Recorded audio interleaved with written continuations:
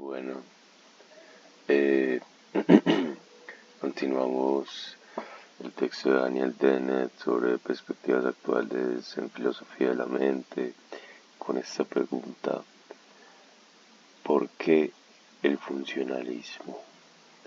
Bueno, vamos a introducirnos un poco a esta corriente de pensamiento que, digamos, tiene bastantes autores actualmente suscritos que vienen pensando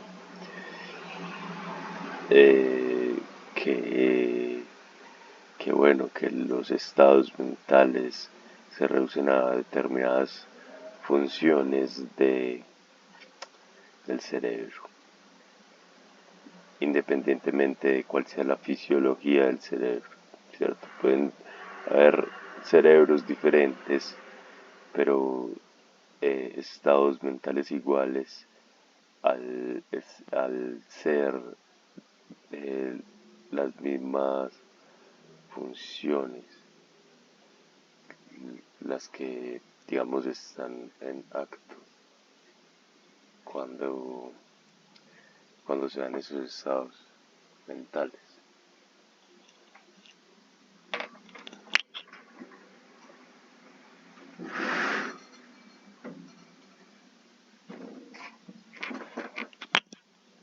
Bien, porque el funcionalismo dice: como corresponde a un punto de vista que es el favorito dominante, el funcionalismo tiene mucho que decir en su apoyo. No solo parece evadir satisfactoriamente las objeciones filosóficas a todas las otras formas de materialismo, sino que está particularmente bien diseñado para servir como puntual para el trabajo actual en psicología, lingüística y cibernética o inteligencia artificial. Todas estas disciplinas operan un tanto autoconscientemente en un cierto nivel de abstracción, y el funcionalismo proporciona la razón y justificación para semejante estrategia. En cierta forma, no hay nada nuevo en esto. Psicólogos tan diferentes como Freud y Skinner han compartido la táctica funcionalista básica, así como Freud eventualmente cayó en cuenta que cualesquiera pretensiones que pudiera sostener acerca de la localización física, composición u operación de entidades funcionalmente diferenciadas, el ello, el yo y el superego, eran especulaciones prematuras. También Skinner, aun garantizando que sin duda había algunos mecanismos fisiológicos internos que favorecían el refuerzo, renunció a la especulación o al compromiso sobre el tema y se dedicó, con Freud, a organizar las consecuencias predichas de interrelaciones funcionalmente caracterizadas bajo una variedad de circunstancias.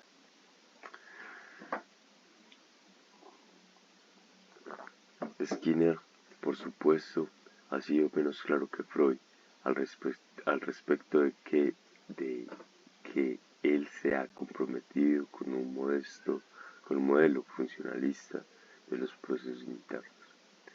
Piensa que su periferialismo evita aquel cargo, que tuviera preocuparse en absoluto a este respecto resulta embarazoso para los filósofos, porque si él y los demás conductistas no hubieran bebido tan profundamente en el pozo del positivismo lógico y del operacionalismo e instrumentalismo a la moda en esa época, no se hubiera motivado a constreñir su teorización dentro de una noción de rigor tan paralizante y mal orientada.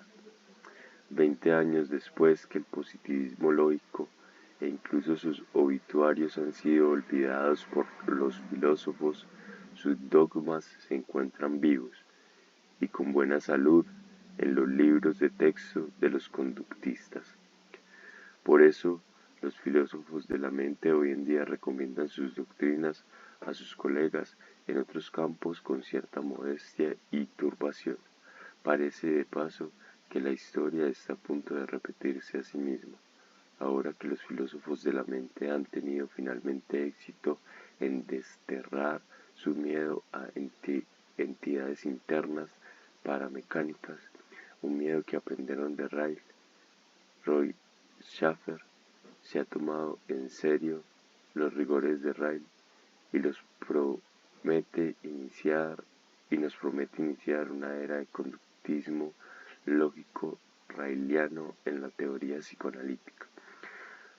Los argumentos ahora ya corrientes contra los análisis conductual disposicionales de Ryle, que son manifiestamente incapaces de ramificarse o generalizarse, pues o bien son obviamente falsos o bien son salvados mediante cláusulas ceteris paribus que los vuelven vacuos,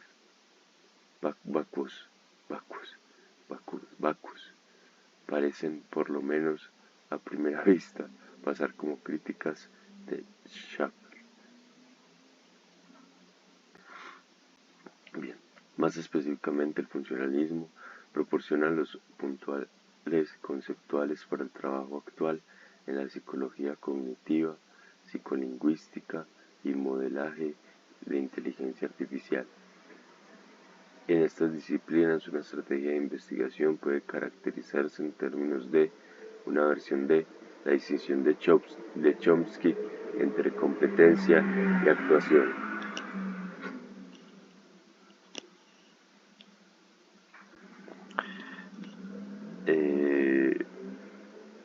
Entre competencia y actuación, da una especificación de una clase de competencia, digamos una competencia discriminativa o una competencia lingüística.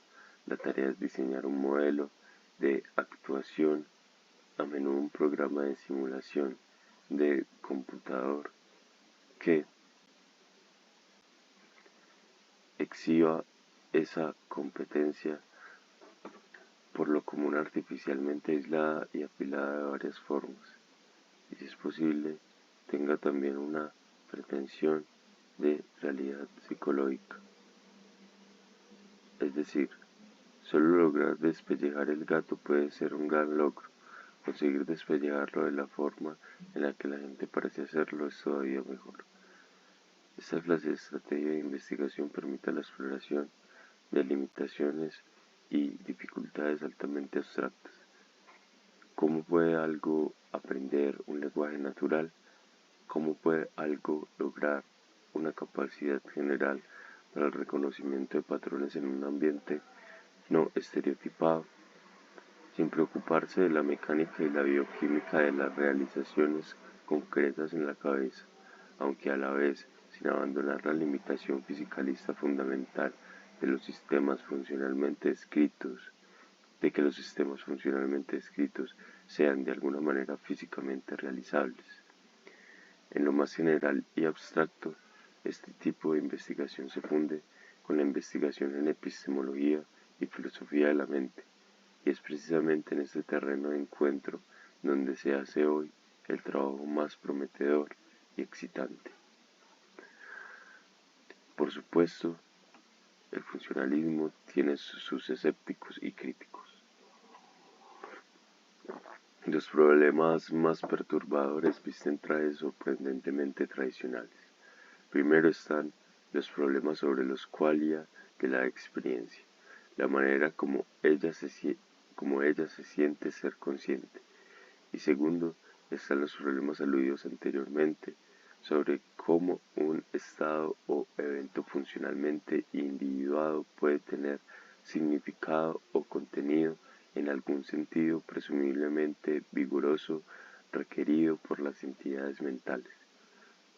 ¿Cómo podría un estado funcional ser un dolor y cómo podría un estado funcional ser un pensamiento sobre pi? Bien, vamos a entrar en el terreno pantanoso de los qualia, de la experiencia sentida. Dice, qualia. No hay una definición satisfactoria de los qualia que parezca haberse convertido en el término favorito de las discusiones, pero el sentido general requerido de lo que se supone que son los qualia se capta fácilmente mediante un ejemplo que figura de una manera central en la discusión presente. Me imagino el ejemplo del efecto del espectro invertido. Perdón. Dice, suponga el lector que cuando mira un claro cielo azul ve lo que yo veo, al menos en lo que toca al color. Cuando miro una manzana madura y así a través de todos los colores del espectro. Su espectro percibido es, digamos, una inversión sistemática del mío. Ver cómo el lector aprendió el uso de las palabras sobre colores de la misma manera que yo. Sus padres señalaban el cielo y decían azul, etc. Nuestro uso de palabras sobre colores sería indistinguible, y puesto que ambos asociaremos el color del hierro incandescente de la fragua del herrero con el calor, y el color que percibimos que tiene el hielo con el frío, incluso nuestras descripciones secundarias del color, el rojo es un color caliente, el azul es frío, etc., podrían encajar. Bueno, podrían encajar, eh, aunque, digamos, se estén viendo cosas diferentes, ¿cierto? Aquí nos estamos preguntando es como por el problema también de la percepción del otro. O sea, ¿cómo podemos entrar a comprobar que el otro está viendo el mismo color que yo y no uno diferente, aunque el estímulo sea el mismo, ¿cierto? El estímulo es igual para los dos receptores, pero la pregunta es cómo puedo saber que estamos viendo efectivamente el mismo color y que lo que yo veo como azul, el otro no lo ve como rojo. Bueno, de hecho, por lo que respecta a los colores percibidos y otros qualia, como olores, picores, sonidos, aromas y gustos, ¿tenemos en absoluto alguna evidencia o razón para creer que dos personas cualesquiera experimentan qualia similares bajo circunstancias perceptuales similares? Esto, el experimento conceptual del espectro invertido, no es nada nuevo. Un argumento popular entre los verificacionistas que tomaron la autoevidente no verificabilidad en principio de la hipótesis como señal de la falta de significado de la suposición inicial de que hay sensaciones internas, o, para usar un término que la filosofía tomó de un psicólogo, Tolman, sensaciones puras, del tipo requerido. Como dijo Wittgenstein, un proceso interno se encuentra en la necesidad de criterios exteriores, y aunque la exégesis de esta observación es controvertible, es común y fácil interpretarla como una expresión de conductismo lógico, una declaración de la incoherencia de cualquier doctrina que admita sensaciones privadas o experimentadas o experiencias de cual. Se ha señalado a menudo que el funcionalismo de hoy es un descendiente espiritual del conductismo lógico, donde el conductismo lógico decía que tener un dolor era cuestión de comportarse o tener la disposición de comportarse de una manera particular. Los funcionalistas dicen que tener un dolor es cuestión de encontrarse en un estado funcional de determinado tipo, a saber, un estado que inter alia predispone a uno a cierto comportamiento bajo ciertas circunstancias. Desde una posición panorámica, la única diferencia entre las dos doctrinas parece estar en el deseo del funcionalista de abandonar el periferialismo, aceptando explícitamente estados funcionales internos. y en el deseo concomitante de definir función, no solo en términos de disposiciones para comportarse, sino también en términos de disposiciones a cambiar el estado funcional.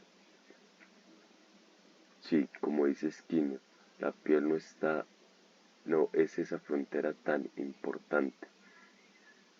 A ver, sí, como dice Skinner, la piel no es esa frontera tan importante.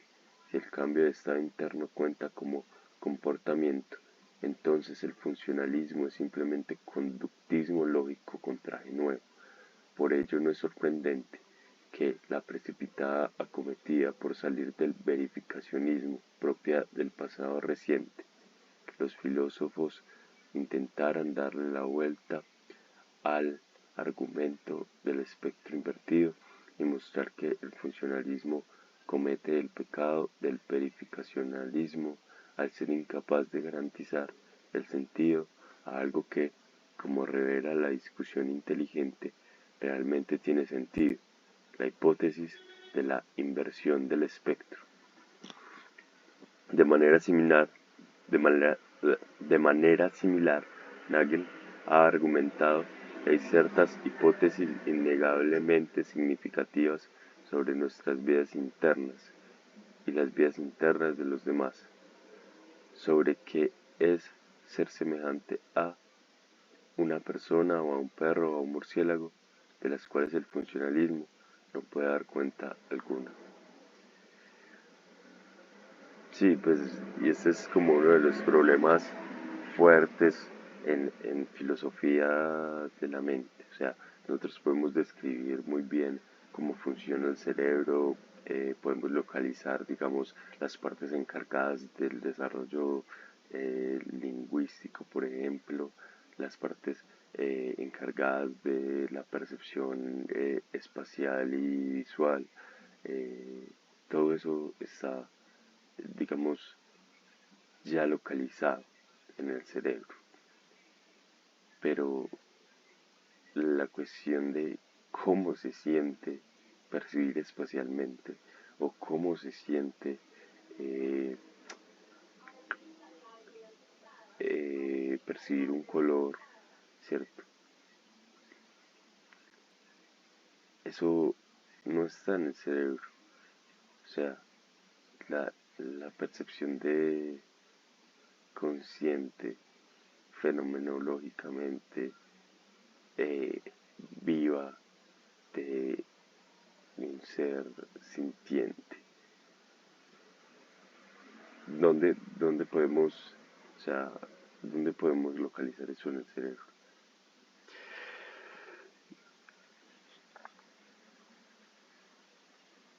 ¿Qué función del cerebro es la que da fruto a la sensación que yo tengo de ser consciente, de estar aquí frente a este computador, por ejemplo, sintiéndolo?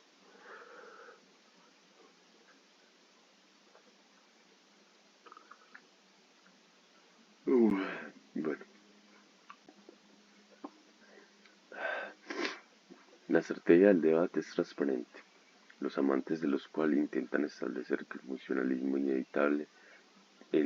inevitablemente deja algo fuera, los maravillosos sabores, tonos y colores que hace que valga la pena vivir.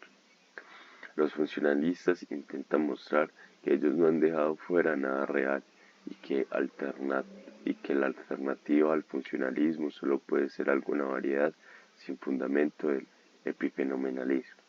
Claro, o sea, si admitimos que hay algo que no se puede explicar a través de las funciones del cerebro localizadas en, en el órgano que poseemos, pues entonces hay que preguntarnos esas, eh, esos eventos mentales, ¿dónde están? Si no están en lo físico. Y bueno, la salida sería del epifenomenalismo, como dice el texto. postular que hay entidades mentales que no son físicas, pero eso es precisamente lo que el fisicalismo y el funcionalismo y el identificacionismo busca evitar.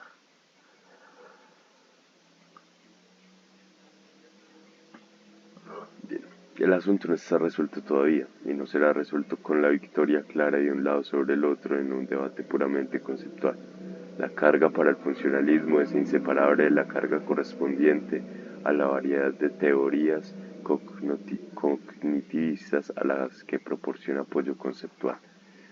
Si se desarrolla una teoría psicológica empírica que sea fuertemente confirmada y a la vez predictiva de la rica variedad de fenómenos de conciencia, podemos examinarla para responder la pregunta: se asigna un papel teórico algo parecido a los qualia, aceptaremos a estos en nuestra ontología, pero como entidades teóricas, no como epifenómenos. Si no aparece semejante papel para ser desempeñado, entonces la misma capacidad de la teoría minará las intuiciones que ahora hacen tan anti-intuitiva la negación de los cuales, si alguna teoría concebida funcionalísticamente es capaz de manejar los hechos indiscutibles de la conciencia, entonces este fallo de la teoría empírica y no cualquier argumento puramente filosófico mostrará que de hecho el funcionalismo deja algo fuera. Las investigaciones filosóficas del tema no son, sin embargo, completamente parasitarias del avance de la investigación empírica. Pueden iluminar el terreno, revelando callejones sin salida y escollos, sin intentar dar solución.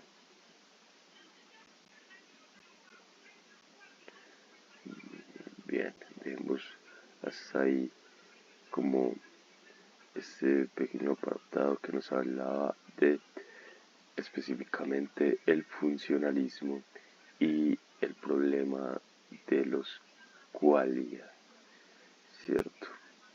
Y bueno, como es ese problema, digamos, clásico de los qualia todavía sigue teniendo vigencia en la discusión filosófica actual sobre la mente.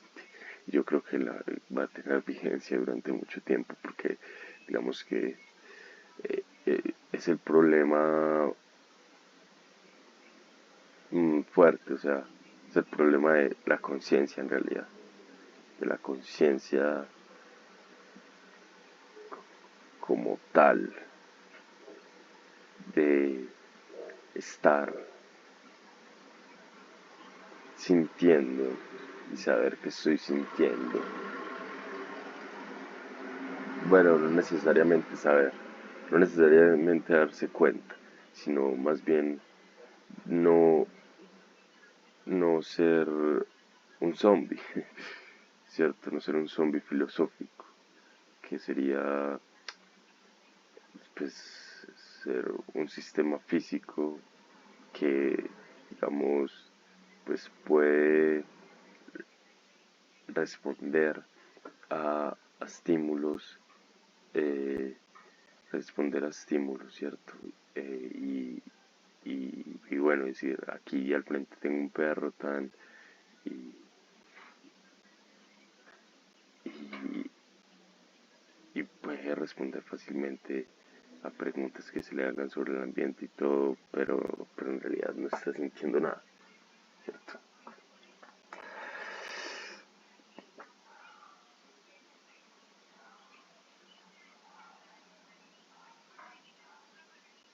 Bien, creo que eso es todo por el momento. Continuaremos aquí con el siguiente párrafo ya para terminar. Representación interna y el problema del significado.